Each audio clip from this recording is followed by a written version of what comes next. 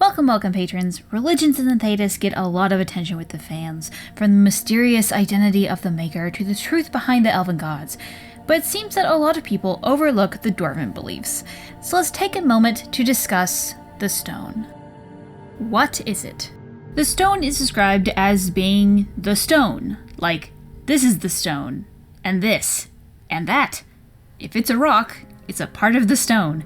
The Dwarven people personify the stone with feminine pronouns and believe her not to be a god but something to honor. She's alive and supports, shelters, and provides for her children, meaning the dwarves. Dwarves will repeat about the will and honor of the stone, and while I'm sure there are in-universe rules for what her honor and will are, we don't know them. Are they determined by the sha--brytol, the king or queen, oral or written traditions? I have no idea. From what we can gather, the will seems to be keeping Dwarven tradition strong, not leading for the surface, and basic moral codes like not murdering or stealing. And from hints that we get in Dragon Age Origins and Dragon Age 2, the stone seems to be alive beneath Orlais. What that means, we're not quite sure. Dwarves' connection. Regardless of if the stone has an actual consciousness or not, the dwarves do seem to have some connection to it. Dwarves born underground tend to have what is known as stone sense.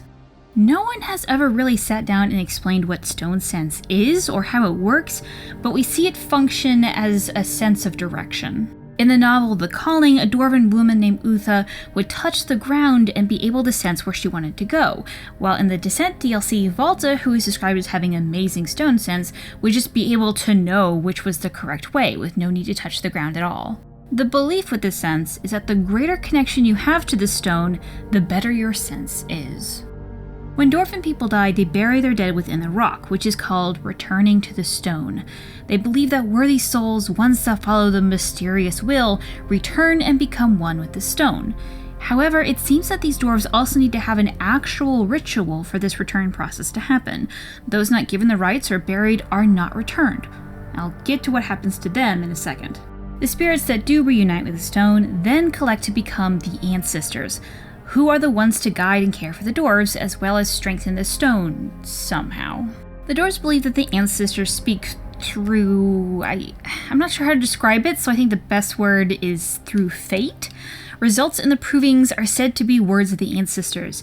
Things that happen are the result of the will of the ancestors. What these things are seem to range from the mundane to what seems like miracles. Anything that ends up working out in the end is just labeled as the will of the ancestors. Now, what are Paragons? They are dwarves who are able to join the ranks of the ancestors while they are living, peoples whose actions define the Dwarven culture and life in positive ways. But what happens to the unworthy souls or those who are not reunited? They are rejected by the stone, as they believe that their presence could weaken her. The spirits of those unworthy and are rejected by the stone are unable to rest and are said to become rock wraiths and bad spirits. Now, sometimes these bad souls can be absorbed into the stone, and this creates not only unstable rock, but demons bound to the stone. This is called gangs. In Dragon Age Inquisition, the demons that appear when you do the Dwarven puzzle in the Hissing Waste wrong are said to be the gang. Cole even mentions that the demons think they are still dwarves. Now, where do surface dwarves fit into all of this? The dwarves believe that those who turn their back on the stone and leave her are also left by the stone. So, surface dwarves have no stone sense. The rules are so strict that some say even looking at the sky can make you a surface dwarf. Titans. So, after the knowledge of the Titans in the Descent DLC, how does the legend of the stone fit with the Titans? We know that the Dwarven people knew of Titans at one point, but it was either never recorded or erased from the Dwarven records. We don't know why. The Titan itself is also described in similar ways to what the dwarves believe about the stone. Both have a connection to the Dwarven people and consider it their children. Both have pure and impure children. Both are able to move the stone, and stone sense seems to be able to hear the Titans much as it would be able to hear the stone. So with all that in mind, are the Titans the stone in Dwarven legend? Honestly, all I can say is maybe.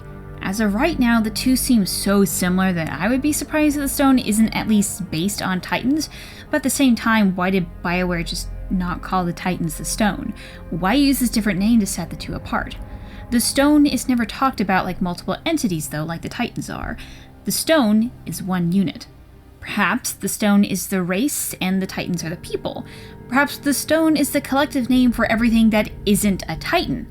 And the Titans are just large collections of dwarven spirits, aka the ancestors.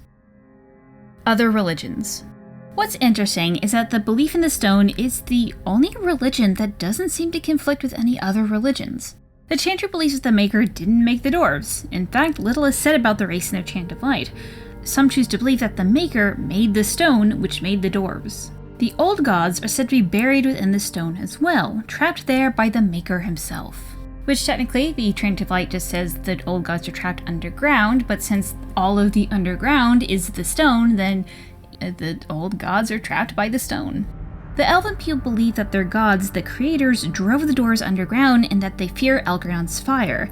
This could also tie in with the dwarven fear of the sky, and more specifically, the sun falling down, because Elgron is the Elven god of the sun.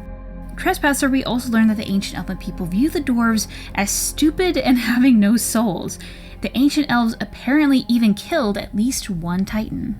So, we can assume that the dwarves and the elves were at war at one point, but it's interesting to point out that the dwarves carry not only no records from the time, but no dislike for the elves either.